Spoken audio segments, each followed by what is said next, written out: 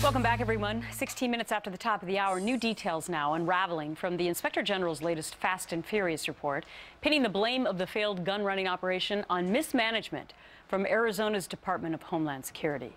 The report claims that the Arizona DHS knew criminals were smuggling guns into Mexico and that they didn't do anything to report the illegal activity to officials outside of the state.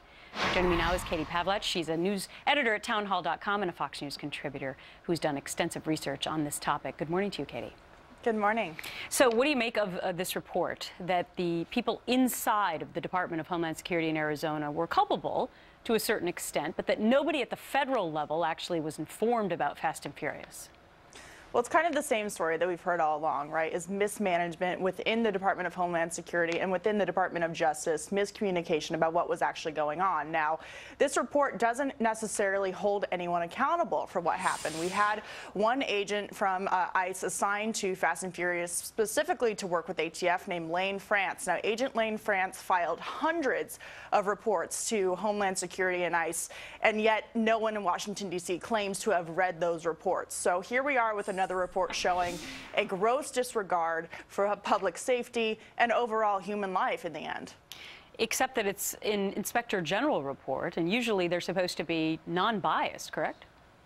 They are supposed to be non-biased. When you look at the timeline here, there are some discrepancies. Fox News' William Lajeunesse reported in December of 2012, or February of 2012, I believe, that ICE Director John Morton opened up an investigation into Fast and Furious, an inquiry right after Brian Terry was killed in December of 2010. Yet this Inspector General's report says that nobody outside of Arizona, specifically in Washington, D.C. and Homeland Security and ICE, really knew about this until March of 2011 when Congress opened their investigation. So the timeline, once again, as we've seen on the Department of Justice side, doesn't really add up. And that's a problem when it comes to what people are saying under oath, what Janet Napolitano has said under oath, what her involvement was with Attorney General Eric Holder. There are still lots of questions on that as well. So you do not believe that it's feasible that Janet Napolitano did not know about this before she said she did?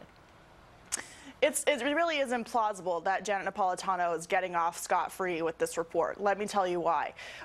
Former U.S. Attorney Dennis Burke, who was in charge of the Department of Justice side of Operation Fast and Furious in Arizona, has a long-standing personal and professional relationship with Janet Napolitano. He served as her staffer when Janet Napolitano was the Attorney General in Arizona, as her Chief of Staff when she was Governor of Arizona, followed her into Washington, D.C. as her advisor for Homeland Security for a year before being appointed back to U.S. Attorney by President Obama. At the same time he was in Arizona, he was serving on Attorney General Eric Holder's Attorney General's Advisory Board.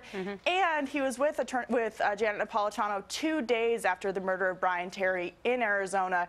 And yet this report claims they never talked about the case. But it seems as if Janet Napolitano would ask about it at least. All right. Katie Pavlich, who has a lot of information on this topic, thanks much. Thank you.